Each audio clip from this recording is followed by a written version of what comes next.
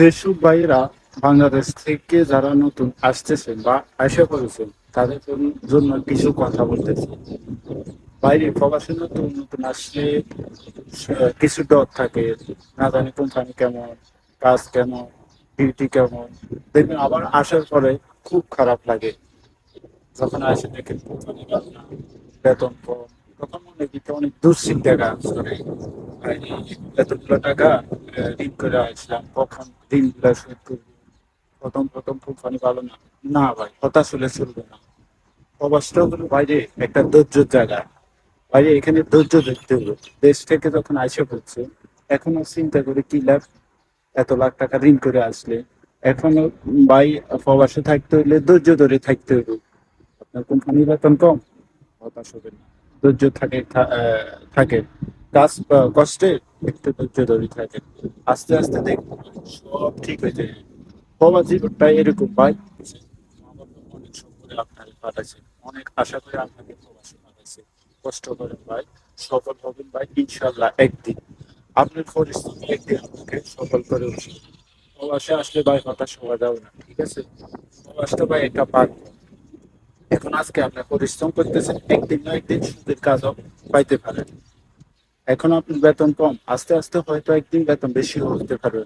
আজকে 20,000 কামাইতেছেন মাসে, একদিন দেখবেন ঠিকই আপনি 30,000, 40,000 বা আরো বেশি, তার থেকে বেশি কামাইতে পারবেন। প্রবাসে আসলে ভাই একটু ধৈর্য ধরতে থাকতে হবে। অনেক বাইরে নতুন নতুন প্রবাসে আসার পরে দেখা গেছে কোম্পানি কাম বাড়ানো, বেতন কম, ডিউটি বেশি, হতাশ হয়ে যায়, কি করবে না করবে চিন্তা ভাবনা করে ভাই অনেক সময় অনেক ভাবে না বাংলাদেশে চলে যাবে, কিন্তু না। আবেগ একসাথে পৃথিবী চলে না, বিবেক দিয়ে দুনিয়া চলে। প্রবাসে আছে, ধৈর্যের সাথে থাকে, কষ্ট করে, সফল হবে একদিন না একদিন ইনশাল্লাহ। দেখবেন আপনিও একদিন মাসে 50-60 হাজার এরকম একদিন না একদিন পারবেন। আইসে যখন পড়েছেন, এত পাগল হয়ে লাভ কি? কষ্ট করে থাকে, একদিন সফল হয়ে থাকবে। প্রবাসটা এরকম, প্রবাসে আসতে কষ্ট করে থাকতে হবে, ধৈর্য ধরতে থাকতে হবে। মা বাবা ভাই ফ্যামিলি আপনাদের স্বপ্ন নিয়ে আপনাদের প্রবাসী পাঠাচ্ছেন। যদি আপনার মা বাবার স্বপ্ন পূরণ করতে চান, নিজের জন্য যদি কিছু করতে চান, তাহলে ধৈর্য ধরে থাকেন। মনের আবেগ দিয়ে দুনিয়া চলে না ভাই, বিবেক দিয়ে চলে। এত চিন্তা না করে যেভাবে আছে, যেমন আছে, যে কাজ আছে করতে থাকে, একদিন না একদিন সফল হবে ইনশাআল্লাহ। মনের একটু শক্তিশালী করে, দিকে একটু শক্তিশালী করে, দেখবেন ইনশাআল্লাহ সব একদিন না একদিন ঠিক হয়ে যাবে।